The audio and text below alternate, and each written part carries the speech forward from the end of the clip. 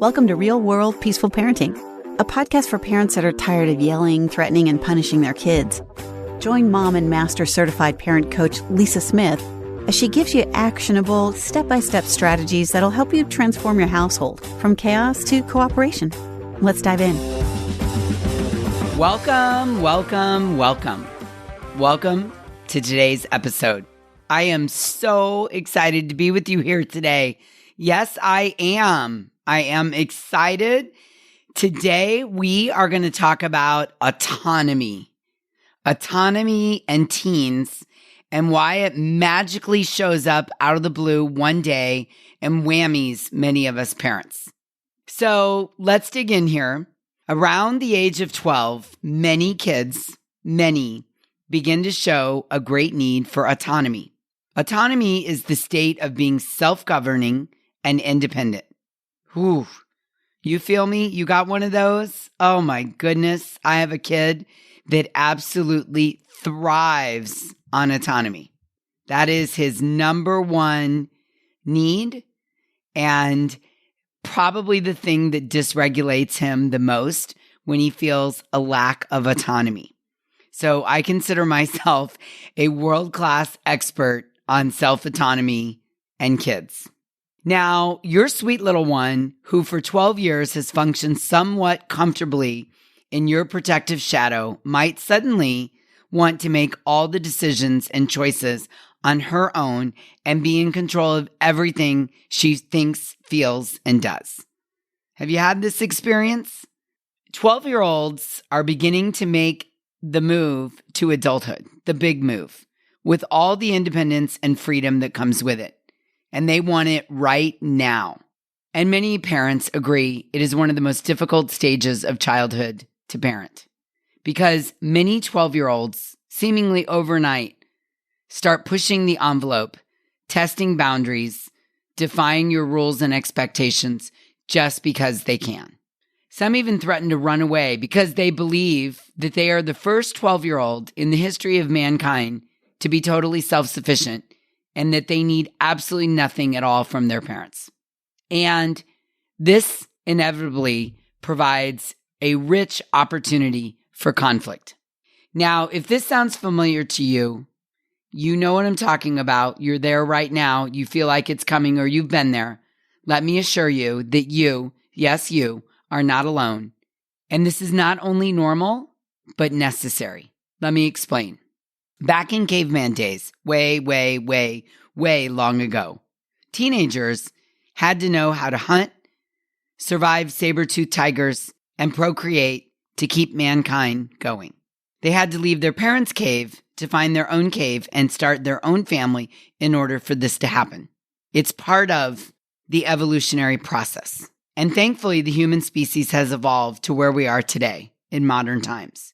But anthropologically speaking, try saying that 10 times over, but anthropologically speaking, the 12-year-old's hormones, brain development, inner drive to become completely self-sufficient remains. And to make it even harder on them and you, this need tends to ebb and flow and can turn on a dime. You know what I'm talking about, don't you? In one breath, your child may be demanding freedom, and in the next breath, they may be clinging to you for affection and support, and maybe even money or extra game time. This is the hardest part for parents of teens in this stage, because their kids have one foot in adulthood and one foot in the younger childhood, and the needs can vacillate back and forth completely with no warning. There's no flare going up, no SOS signal, and certainly no warning. So how do you survive this parenting stage? Well, in today's episode, I'm going to tell you. So you ready? Let's dive in. Okay. First and foremost, and you're probably going to guess that I'm going to say this. First and foremost, do not, N-O-T, not take it personally. Your teen or preteen is telling you, often in an uncomfortable way, that he or she has a need, and they don't know how to satisfy their need on their own. In this instance, their need is for autonomy. Let's talk about some of the ways you can help them satisfy the need for autonomy.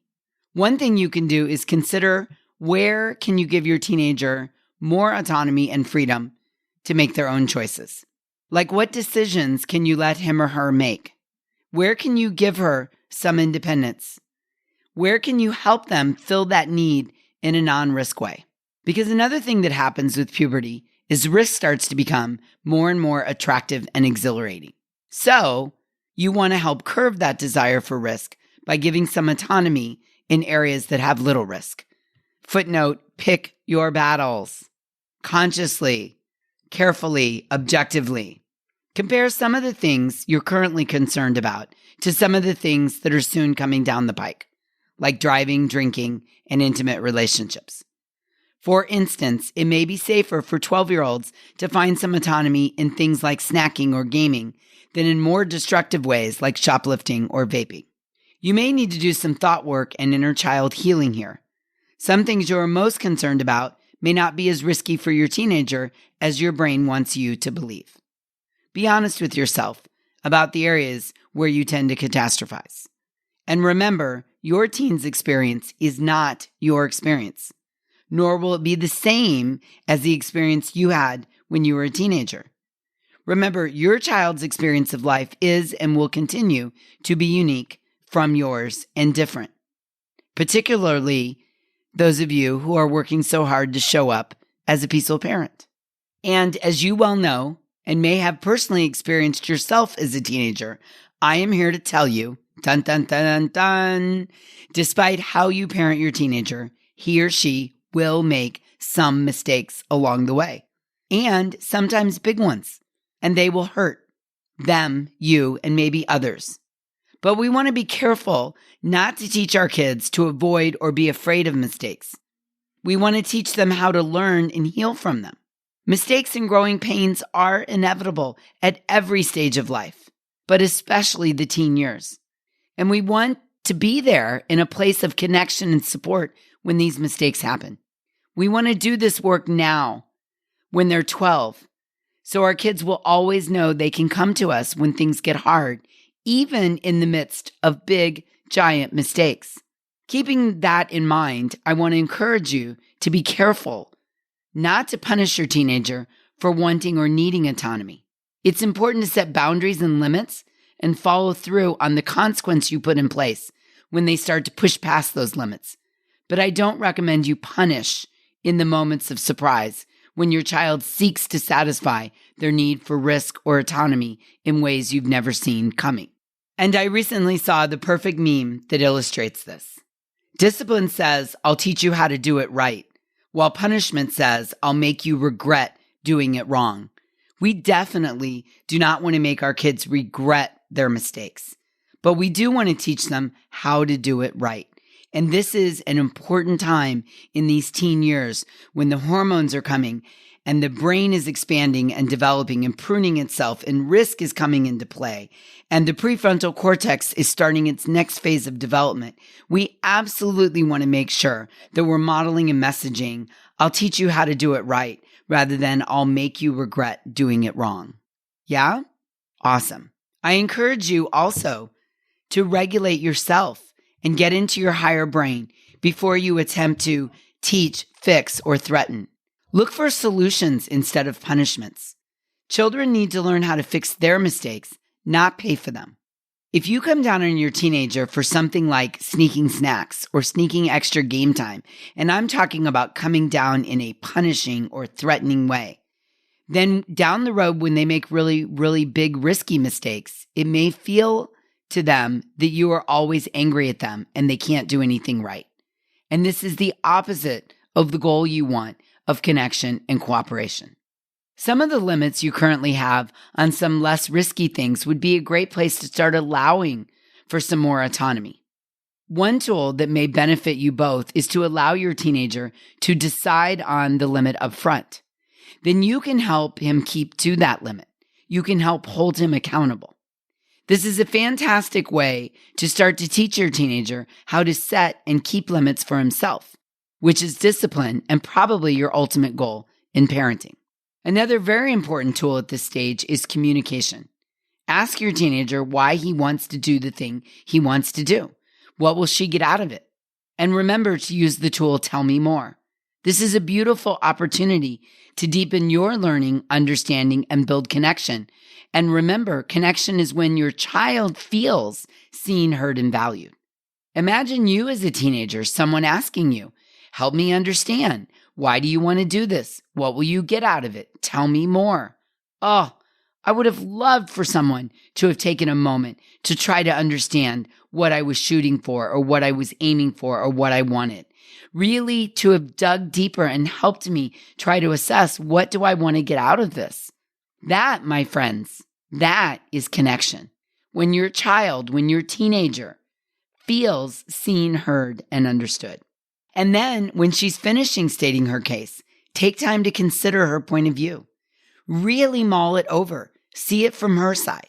If after taking the time to think it through, you still can't agree to what she's asking for, talk to her about it from a regulated, higher brain place.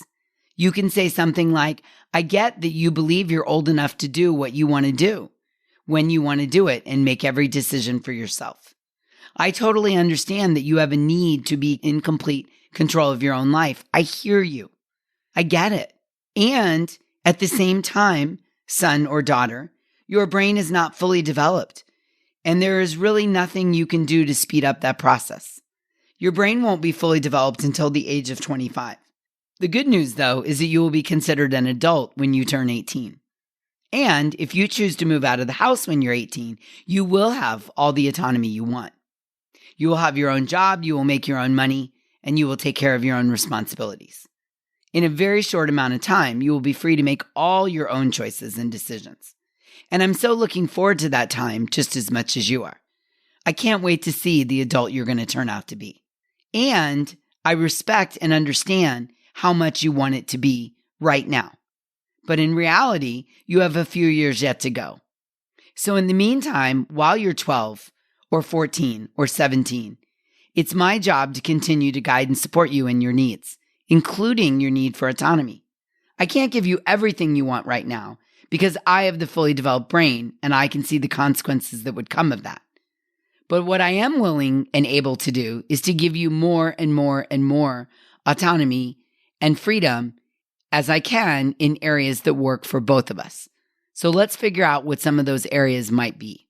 Then there's great exercise you can do together. If you're co-parenting, this will work best if your co-parent participates as well with you and your teenager. Here's what you do. You set out 3 bowls or buckets and you label each one. One bucket is labeled things your teenager is completely in charge of. One bucket for things the parent or parents are completely in charge of. And the third bucket has a label of things that you and your teenager decide together. Then I want you to sit down together and write out on index cards in black marker, what are the things and decisions literally right now that your teenager is completely in charge of? Maybe it's taking care of their room. Maybe it's getting their backpack ready in the morning. Maybe it's washing their gym clothes. Maybe it's doing their laundry. Maybe it's getting to school on time. Then, still in black marker, the things and decisions the parents are completely in charge of. What we're going to eat for dinner, bedtime, whether your kid can go to the movies or the mall. And then, in another round, this time in a red marker, ask your teenager to write down on individual index cards what he or she thinks they should be in charge of. It will be interesting to see how much autonomy your teenager thinks he or she has and how much more they want. Take the time to explain to them that when they were little, all the cards were in the parents' bucket. And as they get older, as they grow 18 and older, the goal is to have all the cards in their bucket. In the meantime, we have to work together on moving the cards from the parents' bucket to the joint bucket and then eventually to your child's bucket completely on their own. It's a very visual exercise, and it really opens up conversation and allows you to understand what areas does your teenager want autonomy that he or she is currently not getting it. Oftentimes, I'll ask my private clients to do this exercise with their teenagers, and it always, 100% of the time, sparks a little bit of silliness, few chuckles, sometimes a little bit of dysregulation and frustration, but 100% of the time, it opens up the parents' eyes, the kids' eyes, and creates this very fruitful conversation of where I'm trying as the teenager to move all the cards into my bucket. You're trying as the parent to understand the cards in your bucket. And we're negotiating the right time to move the cards from one bucket to the next. I really, really, really encourage you to do this and then revisit it often. Obviously, as your teenager grows from 12 to 14 to 16 to 18 and beyond, more and more of the cards should be moving from the parent's bucket or the joint bucket into the child's bucket where they're in charge of more and more on their own, especially your strong-willed, autonomous kid. And decide how much you're going to care about your teenager's strive for autonomy. Is he telling you, I need this? This is important to me. It's like my oxygen. I'm dying for some more control in my life. You can use the buckets as a conversation starter. I respect that you want more space and you want to move out tomorrow. But the truth is, from a financial and brain development standpoint, there is a reason why 12-year-olds don't live on their own. And it's because they're not ready. But you're going to be ready one day, and I look forward to that. And we're going to move each year in each stage of development more and more cards from my bucket, where I'm in charge of something, to the joint bucket, where I'm reminding you to get your gym clothes on a Thursday or asking you if you have everything you need, to eventually into your own bucket, where you're driving a car and completely in charge of getting yourself on your own to school each day. I know it may seem impossible now, but I promise it's going to happen over time. And let me throw this out to you. Some kids were just born to be adults and in charge of themselves. This is their number one drive in life. They can't wait to be in charge of themselves. And this is definitely an area that you don't want to take it personally. It's just how they're hardwired. What you can do is have conversations that make this okay to want this. Acknowledge that you know he wants this and that you're excited for him, but he's just not quite there yet. Think of it like Thanksgiving dinner. You wake up Thanksgiving morning and eager and excited to taste Thanksgiving dinner.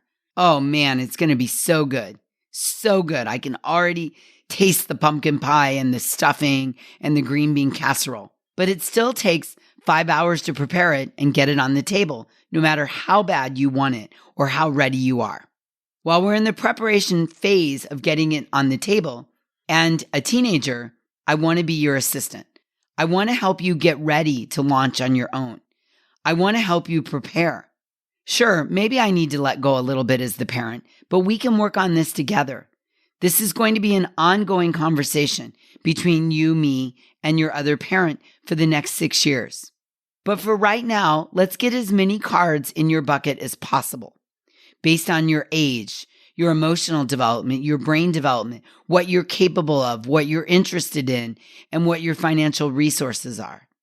You have to understand everything can't be in your bucket right now, but it will be one day. And each stage of development, we can work to put more and more cards in your bucket.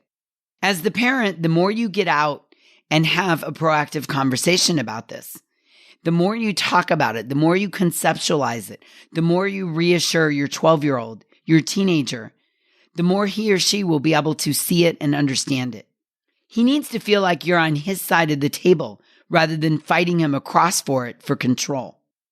As soon as the teenager feels like you're across the table from them, fighting for control, you're wanting to control them and you're holding on as hard as you can, they're automatically going to get defensive and fight you on it. That's not what you want. You want them to feel like you're on their side and that you both can see the finish line that you're going to cross when all of those cards are in their bucket where they're completely autonomous and in charge. Yeah? All right, let's recap. Is your teen or preteen begging for more autonomy? If so, here are the things you can do. Number 1, decide how much you're going to care about your teenager's striving for autonomy. Remember, it's natural, it's inevitable, and it's healthy. Please, I beg you, do not forget that it's healthy. Number 2, don't take it personally. Use the Q-tip mantra. Quit taking it personally. It's not about you, I promise. Number 3, consider where you can give your teenager more autonomy and freedom to make their own choices. There has to be a couple places in their life. There has to be where you can turn over complete freedom and autonomy to your child. Side note, they also have to suffer any consequences that come from being completely in charge of something. So, for example, if you decide to turn over complete control of whether they bring their gym clothes to school, complete control, and they don't bring their clothes and they get marks against them or they have a detention, they have to suffer those consequences because you've turned over the control. Number 4, allow your teenager to choose his or her own limits in some areas. Allow him to choose. If he doesn't follow the rules, what is the consequence that happens? And then hold him accountable to it. That's the important part. Because remember, at 12 years old, you're still 13 years away from a fully developed prefrontal cortex. Number 5, pick your battles. Pick your battles. Do you really need to regulate the snacks? Do you? Can you let that go? Can you let him be in charge of when he eats and how much he eats? Pick your battles. Number 6, use the buckets to determine how much autonomy your teenager thinks he or she has, how much they want, and how much you're willing to let go. Talk about the areas where you feel it's important to still be in charge. Be upfront about it. Be honest while in your higher brain. Talk about the areas where he or she is completely in charge, and talk about the areas where together we can negotiate and set limits. Number 7, keep the lines of communication open. Use tell me more. I hear you. What is your real goal? Really ask open-ended questions that will not only keep the lines of communication open, but help your child feel connected, help them feel seen, heard, and valued. Number 8, remember your child's experience is and always will be different from your own teenage experience. Do not catastrophize. Autonomy. Remember, it's natural, inevitable, and healthy for everyone, and for the growing relationship the two of you have. Okay, I hope this helps you and gives you some tools, support, and relief. And please know that you are not alone. I see you and I get it. You've got this. I know you do. Use the 8 tools. Oh, so excited for you and your strong-willed autonomous teenager. It's going to be a little bumpy, yes. But if you come back to these tools time in and time out, you're going to get to the other side and you're going to feel connection and experience incredible cooperation. Okay? Until we meet again, I'm wishing you peaceful parenting. Thank you so much for listening today. I want to personally invite you to head over to thepeacefulparent.com/welcome and sign up for my free Peaceful Parenting mini course. You'll find everything you need to get started on the path to peaceful parenting just waiting for you over there at www.thepeacefulparent.com/welcome. Can't wait for you to get started. Thanks for listening to Real World Peaceful Parenting. If you want more info on how you can transform your parenting, visit thepeacefulparent.com. See you soon.